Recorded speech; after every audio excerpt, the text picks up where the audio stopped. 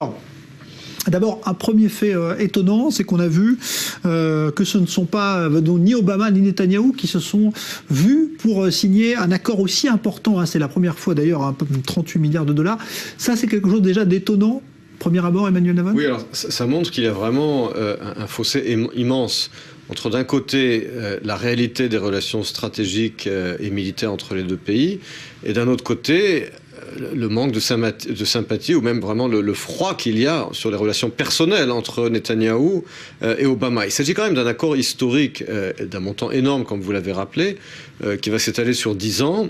Et donc la moindre des choses aurait été pour Netanyahou de se déplacer lui-même pour le signer. Or, non seulement il ne s'est pas déplacé, mais d'après certaines rumeurs, il ne va même pas y avoir de rencontre entre Obama et Netanyahou lors du sommet des Nations Unies le mois prochain, ce qui en dit long sur leurs relations personnelles. Et qui a signé l'accord?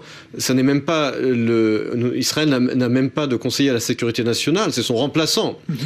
Et donc, encore une fois, cela véritablement illustre. Et puis, dernière chose, quand Obama a annoncé son accord sur ce contrat, il a insisté, il a rappelé le fait que ces 8 dernières années, son administration a fait beaucoup, a dépensé beaucoup pour la sécurité d'Israël, mais il a rappelé encore une fois que ça ne suffit pas pour la sécurité d'Israël à long terme, ces accords militaires. Il a parlé de la nécessité de résoudre le conflit israélo-palestinien. Donc, encore une fois, il a rappelé son désaccord politique avec Netanyahou. Donc, encore une fois, on voit effectivement ce fossé énorme entre, d'un côté, la profondeur des relations stratégiques et, d'un autre côté, le froid qui existe toujours entre Netanyahou et Obama. Oui, c'est vrai, Nadia Alice, qu'on note dans les communiqués